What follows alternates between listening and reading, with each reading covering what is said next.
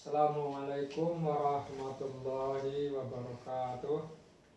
Alhamdulillahilladzi yusalli 'alal mu'minina liyukhrijahum minadh dhulumati ilan nur biwasilatil Qur'an alladzi jaa'a bihi nabiyyuna Muhammadin sallallahu alaihi wasallam.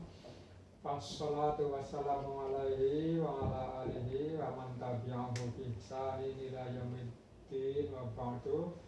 Para pemirsa yang budiman, pada kesempatan ini saya akan menyampaikan hal-hal yang mengikat silaturahmi atau pengikat silaturahmi.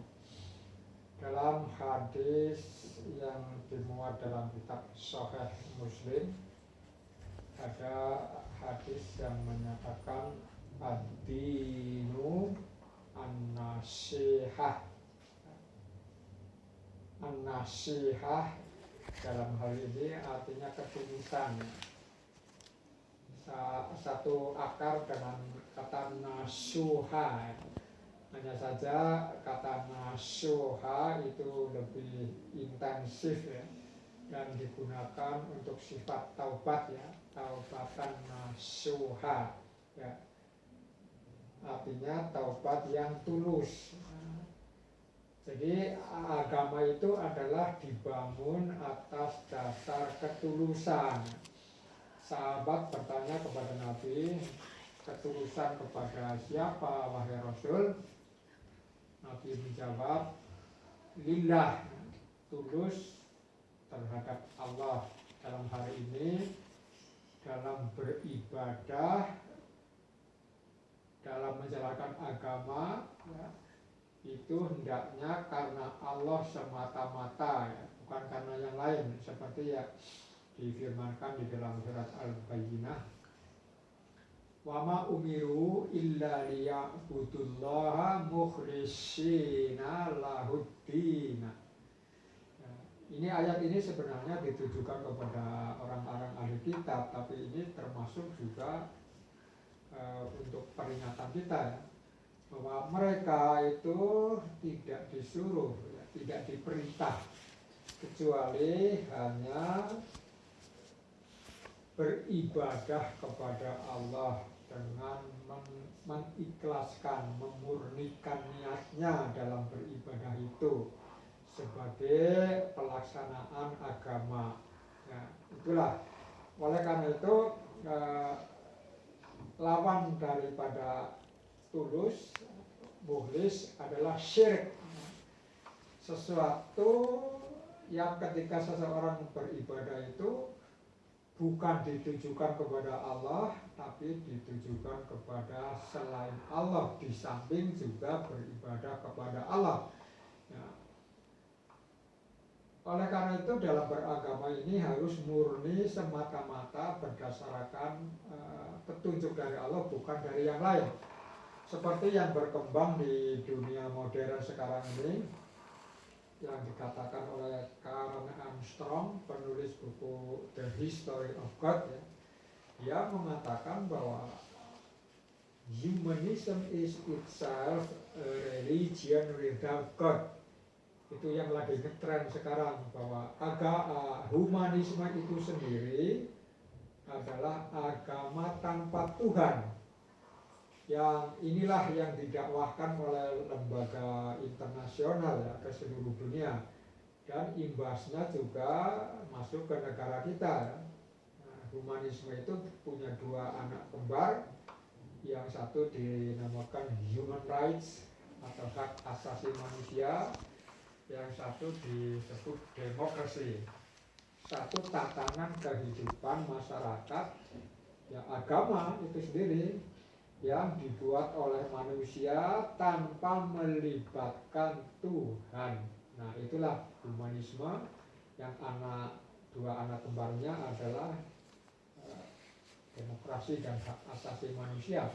Apabila kita seorang mukmin di samping mengikut agama Allah, tapi mengikut juga agama yang dibuat oleh manusia, maka di situ sifat an-nasihah hilang ya, tidak tulus lagi. Oleh karena itu ini perlu dijaga supaya agama kita itu sah, ya. Karena kalau tidak begitu itu termasuk melibatkan yang lain adalah syirik.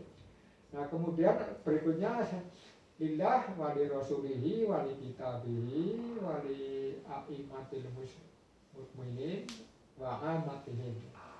Tulus dalam mengikuti kitabnya, rasulnya, para pemimpin umat yang beriman, a'immatul mukminin, dan sesama orang beriman. Sesama orang beriman itu adalah bentuknya setia kawan, ketulusan dalam bergaul sesama orang beriman itu wujudnya adalah setia kawan. Oleh karena itu permusuhan adalah satu penghalang dari perwujudan silaturahmi. Oleh karena itu ketika kita hendak menggalang silaturahmi, maka jauhilah permusuhan atau hal-hal yang bisa menghancurkan agama. Permusuhan seperti yang diperintahkan oleh Allah dalam surat Ar-Rum ayat 31 dan 32. Di ujung ayat 31 Allah mengatakan wala takunu minal musyrikin minal ladzina farraqu dinahum wa kanu syi'an kullu hizbin bima ladaihim farihun. Janganlah kalian menjadi orang-orang musyrik. Nah inilah lawan dari an-nasihah, itu musyrik, tidak tulus.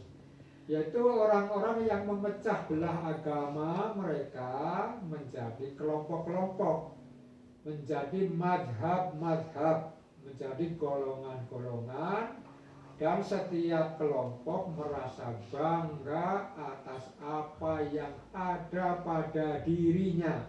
Nah, implikasi dari membanggakan masing-masing adalah permusuhan. Tidak ada rasa setia kawan terhadap yang lain.